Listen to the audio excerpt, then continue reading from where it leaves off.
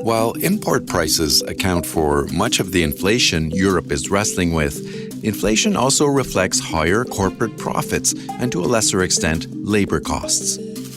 Between profits and labor, we know that profits have relatively done better than labor. Nominal wages have been increasing, but real wages, right, purchasing power has been eroded. On the other hand, if we do a similar exercise and kind of try to get a sense of real profits, they haven't really been eroded.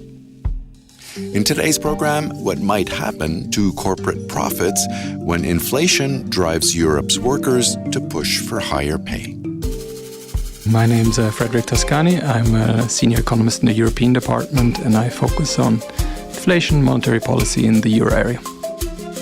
Frederik Toscani also co-authored a new research paper that looks at what's behind Europe's inflation. Check it out at imf.org.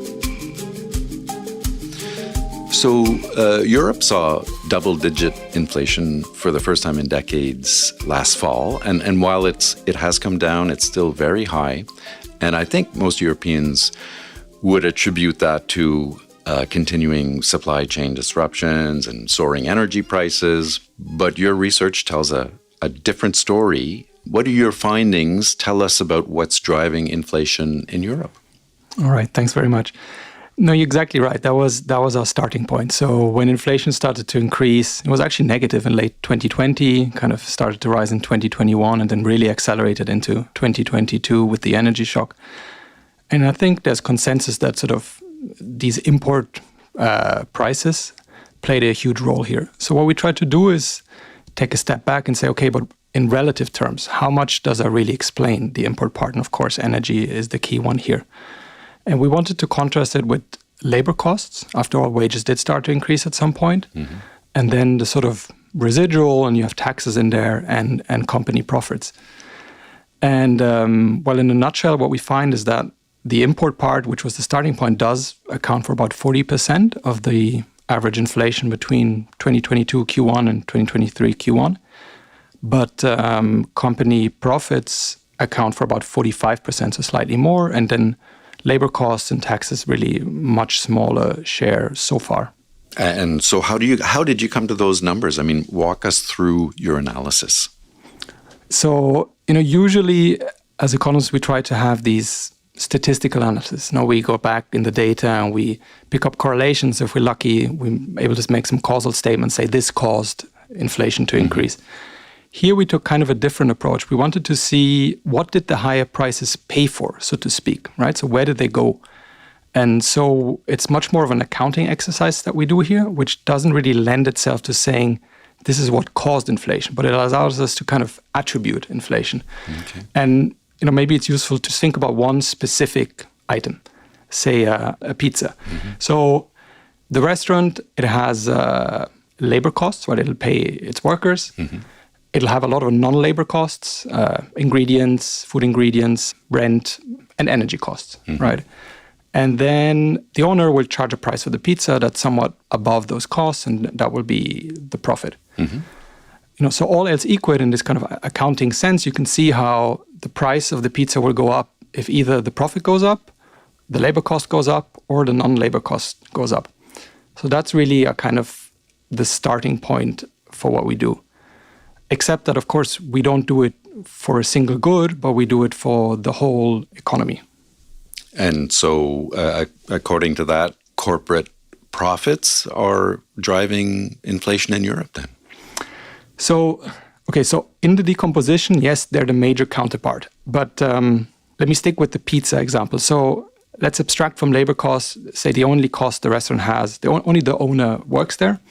And so his costs are non-labor costs, and let's say they're energy and food, right? So he has to pay 10 euros for those costs. He charges 11 euros, so he has a 10% what we call the markup, right? Charges 10% above cost and makes €1 profit. Now the energy shock happens, his costs double to 20. He still charges 10% above his costs, so the price is 22. But you'll notice his profits doubled, right? He was making €1, but now he's making €2. So in our decomposition, we'll pick that up. Profits account for part of the price increase. But really what is driving the increase is that costs increase, right? All the pizzeria owner has been doing is he has been maintaining his profit margin. He hasn't been, in quotation, greedy, and he's not suddenly charging 20% above costs. And this is where it's quite subtle, right? Because all he's done is he's maintained his profitability. But when you're saying, just to sort of deconstruct this a little bit, when you're saying that you could at least attribute about 45% to corporate profits in terms of European inflation, has profitability within corporations actually increased to any great extent? Right, so a really tricky question. So I wish I had a good answer for it. One thing we know is, let me start with perhaps the distributional part. Between profits and labor, we know that profits have relatively done better than labor. We think about wages, nominal wages have been increasing, but real wages, right, purchasing power has been eroded. So workers have had to shoulder part of the sort of cost shock Europe has faced. On the other hand, if we do a similar exercise and kind of try to get a sense of real profits, they haven't really been eroded. They're not massively up either. So we can say that relatively so far, profits have done better than wages. And in some sense, that makes a lot of sense because prices can adjust very quickly. You can do that right away. Wage negotiations are kind of more infrequent. It takes some time. So we'd expect that to correct itself to some degree. But then, okay, your question was specifically, profitability, kind of economist, this markup we like so much. And it's just hard to measure. There's some evidence from researchers at the Bank of Italy that shows that in some sectors that were hit kind of by these pandemic supply-demand imbalances, profitability has probably increased in Germany, for example. Construction, or suddenly everybody wanted to remodel their house. Mm-hmm. And there was just not enough supply, so the suppliers that were around were able to increase their prices more than needed to cover their costs. There's probably some of that, but a lot of variation, you think, across sectors, across countries. And on aggregate, our sense is more stable profitability rather than sharply increased profitability. So it's a bit of the scenario where there is increased demand in certain sectors, and therefore probably you can attribute some of that profitability increasing because of that. So were you surprised at what you were seeing as compared to, what may have happened during other energy shocks, or what is going on perhaps in other countries or regions?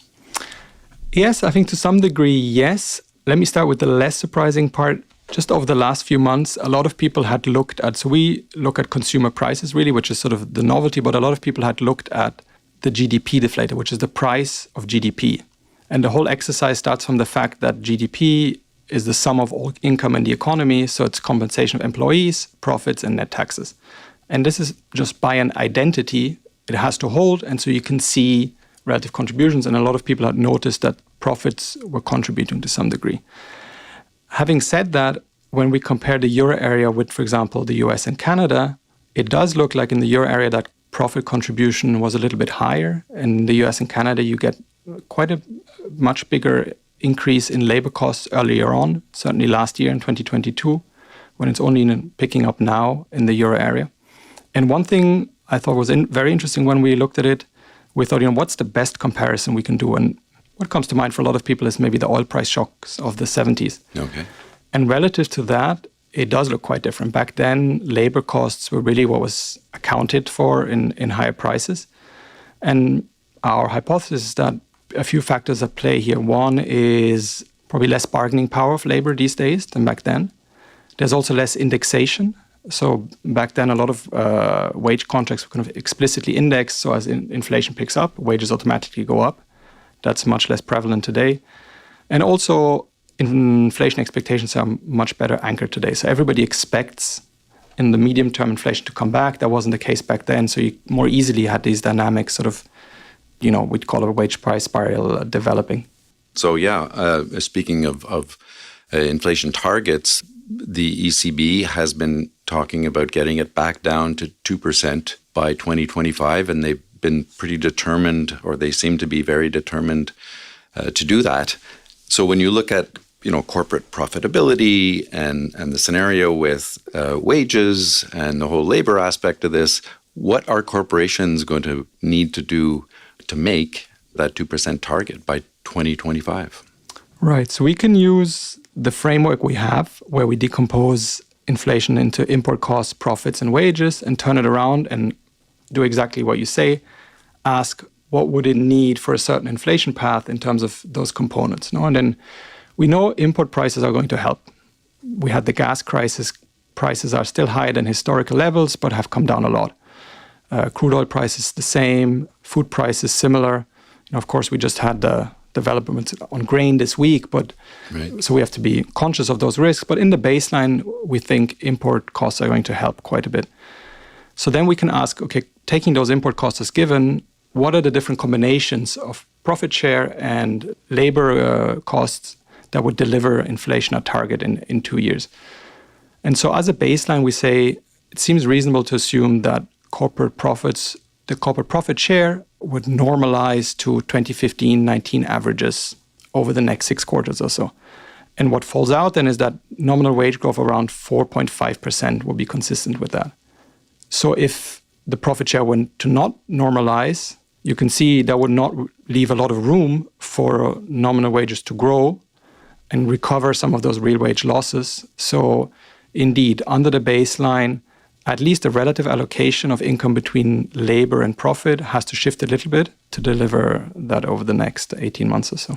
And so what does that mean for monetary policy, do you think, in the euro area for the next couple of years? So in essence, the way we see this particular contribution to the debate is to say, look, you have labor markets and you have product markets, right? In the product market, the firm decides how to set its price, depending on how much demand it sees and the supply conditions, and you have the labor market. We know in labor markets, both from historical evidence and because of the real wage losses, that there'll be some nominal wage growth. So we think monetary policy has to maintain its restrictive stance such that in these markets, demand is restricted to some degree for firms and wage setters to accept this equilibrium where we don't get everybody setting higher prices in response to each other, the other higher prices, right? So in essence, firms have to accept that labor costs go up without increasing their own prices further. So they're going to take a hit if wages are going to rise to the extent that they should. So first, monetary policy is not the right tool to influence distributional aspects here between firms and workers. But what it does imply is that tight policies continue to be needed to anchor expectations and restrict demand such that both firms and workers accept price setting for wages and in good market that are consistent with the ECB's inflation target.